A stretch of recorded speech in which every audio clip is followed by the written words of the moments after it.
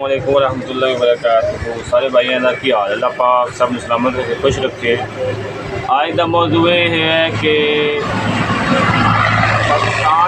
Pakistani government ने भी ये ऐलान किया है कि कब्रिस्तानों को खूबसूरत बनाओ, दरख्त लाओ तो उन्हें गंदगी शंदगी या टोड़े छोड़े ना मारो।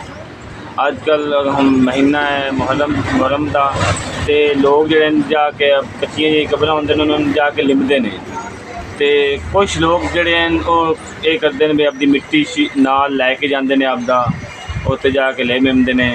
कुछ लोग जोड़े वो इस तरह करते हैं कि उत कब्रिस्तान के विचों मिट्टी चुगनी शुरू कर देंगे। फिर ये नहीं करते भी उत चुक लीए कि जितों कब्रां नुकसान ना होवे उत्थों मिट्टी चुकते हैं। जितों कब्रां वालियां कब्रां के कोल जी कब्रां उस उत्थों नाल टोड़े मारने शुरू कर देते हैं। जिथे लोग नहीं आए या उन्होंने कब्रां के कोल टोड़े मारने शुरू कर देते हैं। वो की उसी टोड़ियां में पानी खड़ा हो जाए बारिश का की होंदा है कबर जी कबर के पानी चला गया कबर नीचे ड्राओगे जी पंजाबी कहने ड्राओगे कबर नीचे थले वग जाती है।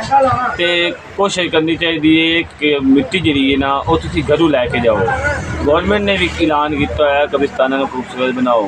कोशिश करो साढ़े लवायकीन होंगे ने जिन्होंने कोल या दूसरे की कबर भी हैं कबर कोई भी है वो रिस्पैक्ट वाली है तो उन्होंने जोड़ा है ना टोड़ा मार देंगे हो कबर के पानी चला जाता है।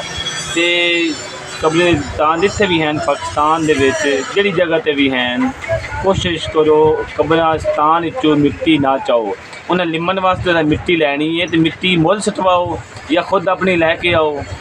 ये नहीं है कि 200-300 की मिट्टी की रेहड़ी के मगर तुसी नुकसान कर देंगे हो कबर वाले का। कुछ कबर वाले नहीं भी आते वो की होंदा है कबर के मिट्टी चला जाता है पानी चला जाता है। बारिश जो आती है ना कब्रिस्तान पानी टोड़िया खड़ा हो जाता है वो पानी जो है फिर नुकसान करता है। तो लोगों कहा भी जाए ना लोग नहीं सुनते गल। तो कोशिश करो वीडियो ने शेयर करो ताकि हर बंदे तक पहुँचे हर बंदे ने पता लगे कि ये नुकसान नहीं करना चाहिए। ये नुकसान किसी होर का नहीं ये तो अपना नुकसान है। कल अगर तुम किसी कबर के कोल मिट्टी चुकी है ना वो भी तुहाडी कबर के कोल मिट्टी चुक सकता है। उम्र की उसी बारिश का पानी उसी साढ़े कोल साढ़े पिंड के कब्रिस्तान है सानू पता है इस गल का। कुछ लोग मिट्टी लैके आते हैं कुछ लोग की करते हैं उत्थे चुगनी शुरू कर देते हैं मिट्टी। वो की होंदा है लोगों का नुकसान होंदा है लोगों के कबरां दे विच पानी चला जाता है। हर किसी मरना है तो इस चीज़ में थोड़ा जहा नोट करो तो वीडियो ज़्यादा शेयर करो ताकि हर बंदे तक वीडियो पहुँच जाए। बहुत बाबा